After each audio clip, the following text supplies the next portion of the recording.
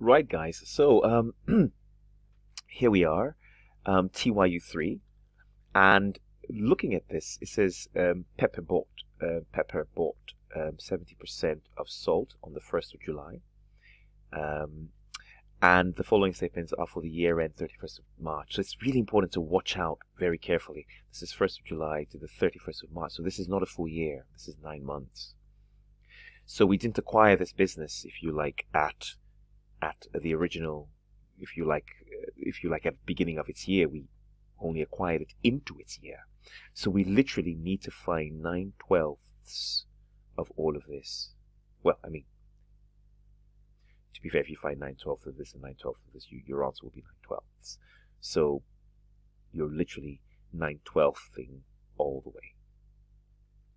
And effect. So that's kind of what you're starting with. That's your starting point, to be really aware of that. And then you can now add on and do your additioning, and of course taking, of course, your adjustments, as we will see in a second. Let's see that first. So what's going on here? Really just watching out. So on the 1st of July, an item had a fair value of 5,000 in excess of its carrying amount. So that's what we do in working 2. When we say, oh, the subsidiary now has another thing, another extra additional depreciation to think about of 5,000, right? So remember, working 2, we have net assets at acquisition. So we have a fair value adjustment of 5,000. And what we then do is we say at the end of the period, net assets at the end of the period, remember, we would have the 5,000 here less the depreciation that had happened in the year. So this is happening, if you like, in the accounts of the subsidiary. But of course, we're adding everything together, so it's just important to be aware that this matters when we're trying to work out the profit due to the non-controlling interest. I'm just sort of using this to repeat that point. Right, so what do we have here? So we have 5,000 divided by 10 years. But remember, this is, well, it's technically 500 a year, but you have 9 months of that. Remember, because you didn't buy it, you didn't acquire this at the beginning for a 12-month period, a 9-month period. Well, yeah, 9-month period. So 9 over 12 times 500 is 375. So the figure you're working with for depreciation is 375. That's what you charged. They tell you where to put it. Put it in cost of sales, and that's what you do. Put it in cost of sales. So technically, in my working 2, if I was doing statement of financial position, I'd have 5,000 less 375. But this matters again, if you like, when I come to deal with the the non-controlling interest profit.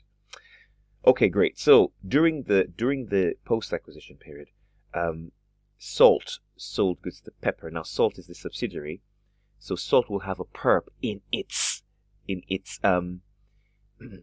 retained earnings, right? So in working 2, what would have happened was you would have sold those goods to Pepper. For that, I need to get rid of this entirely, so I need to deduct 4,400 from both anyway, because this transaction cannot happen. So minus 4,400 minus 4,400. I mean, this whole transaction happened post acquisition. So I'm not, it didn't say it happened at the beginning of their trade. The whole thing happened, the transaction itself. So I deduct the whole thing, right? So at minus 4,400 minus 4,400 there. And then it says here of this amount, 500 was included in the inventory of Pepper at the year end. So, and it says that, so there's still some inventory left. And it says that Salt earned a 35% margin on its sales. So there's 500 sitting in Pepper, whoever they've bought it at, and that's the selling price. I mean, that's at 100%. So the real cost should be at 65%, right? Because there's a margin there. The gross profit margin is 35%, which is because 35% of 100, of course, is that. 35% is the gross profit margin. That's the cost of sale, isn't it? So in effect, to know what that markup or that difference is, I just need to find 35% of 500, really, right? So you want to be comfortable with both margins and markups. 0.35 times 500, and that's 175. So the perp is 175. So I need to reduce the closing inventory. In general, it doesn't really matter when I say reduce it. I just need to reduce the closing inventory and therefore add on that onto cost of sales, right? And And that was this one. Not a bad question, I think. Then it says that goodwill amounted to 800, so that was the goodwill. Goodwill is impaired, so we have to whack through. So 10% of 800 is 80. So the goodwill that will go through, they tell us, must go through in operating expenses. So add on that 80 operating expenses, add on 80 as well. I mean, goodwill is goodwill. It's not like, oh, you got there at the beginning of the year, you have to do 9/12 of it. No, the goodwill since you acquired this thing has fallen by a tenth. That's what they tell us, right? So it's not about the fact that it must be for a 12-month period. I mean, we're impairing it, and impairment can happen at any time. And depreciation is yearly. Impairment, well, when I say yearly, depending on, of course, what you have. But, so we're apportioned depreciation. This is the full thing going on here. Okay, great. So, and finally, Salt paid a dividend of 500 on the 1st of January. So we cannot recognize any of these. So he paid a dividend. So that means if they paid a dividend, you own, because when you pay a dividend, you have to pay dividends on all your shares. It didn't say in particular they only paid a dividend to Pepper. No, it says they paid a dividend in general. So Pepper owns 70%. So 70% of 500 there is 350. So this has to be deducted. We'll probably see it. Hopefully, maybe that's just the 350 on its own. Where is it? Investment income. So 350 has to come out of this because they must have investment income from other places, right? And that's that. So the things to think about, definitely. So we'll go. So hopefully, if you're doing that and you're comfortable with that, that's the main thing. We'll go to the answers in a second. What is always important, I have to say, so let's to nail this, is to think about the non-controlling interest. The non-controlling interest situation is that we had 9/12 of this profit to start off with, really, in effect. So 9/12 times 1100. Which is 825. Because in my mind, I imagine if I take 9/12 of everything, it should be, right? I haven't checked the answers. We'll check in a second. 825. Now remember, a couple of things happened, as would with working 2. Working 2 would adjust it for my depreciation of 375. Let me just be sure. Yes, I have here 000, and then let me just be careful with my numbers. This is 5. Technically, this is 5. Well, when I say 5, this is 825,000. This is 370. Yes, because this is 375. Right, because this is 9/12 of 1.1 million. And so here I have 5,000. So depreciation, therefore, 5,000. So this is just 375, so be careful. That's that. That would have affected that. And also I have this perp here, which would have been, we've calculated that, the 35% of goods only on of the 500. So that's 175. So that's the perp that has to come out as well. And then we will also, and I've always said it's best to deal with that because that really is what's going on. You will adjust it for depreciation. You will adjust it for the perp in that for the accounts before you take the 20. Before you take its your percentage of this business is 30%. Before you take your 30%. Yes. So you have 825,000 minus 300.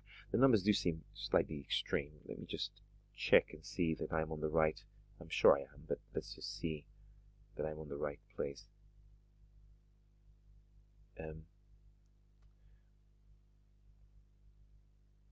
Oh, 825. Oh, right. It's 875. It's 825. 1,100. Not 1.1 million. But let me just go back to the question. I'm sure the question has it in millions, and they're not zeros. So 1 second, sorry. Yes, they've got thousands here. This is poor. Because you see, I was confused by that. So these zeros shouldn't be there. Very interesting. These zeros shouldn't be there because this gives the impression that this is in millions. So this zero shouldn't be there. So this was really just 825, right? So 800, it just felt a bit odd taking 375 and 175 from a whole 825,000. So that just got me thinking. So you see I have my 825 minus the 375 minus the 175, and so I have 275. And then I take 30% of that, 0.3, and I have 82.5. So 30% of this is 82.5, right? Then, of course, I think about the goodwill and your share of the goodwill impairment. The impairment was 80. You own 30% of this. So 30%, of course, of that is 24. So 82.5 minus 24, if you like, 82.5 minus 24. You could have done it as a whole, like I said earlier on, is 58.5. So the 58.5. The non-controlling interest is 58.5. Yeah, so when we find our profits, which we'll go back and look at our answers now, we will deduct this from the total profits, and whatever's left will stay with the parent. So let's look at this. So they've got 58. I don't know where my 0.5. Anyway, let's look at this. So that's the 400. That's the 9/12. So you can see they're being very careful. 9/12. They've taken off the 4,400. That's the 9/12. They've added on the inventory, if you like, the perp on the inventory to cost of sales. They've taken off the 4,400, of course. That's depreciation, and then they're adding on the perp here. That's the AT that we added on, that we saw. That's the goodwill impairment, and we took off the 350 because you only have 70% of this business. So that's 350 is coming off. The rest of the investment income is yours. And of course, income tax 9/12 as well. So the 58 is like exactly what I said. That's the 825, the 375, 175, and that's the AT. So technically all of that comes to 58, although I had 58.5.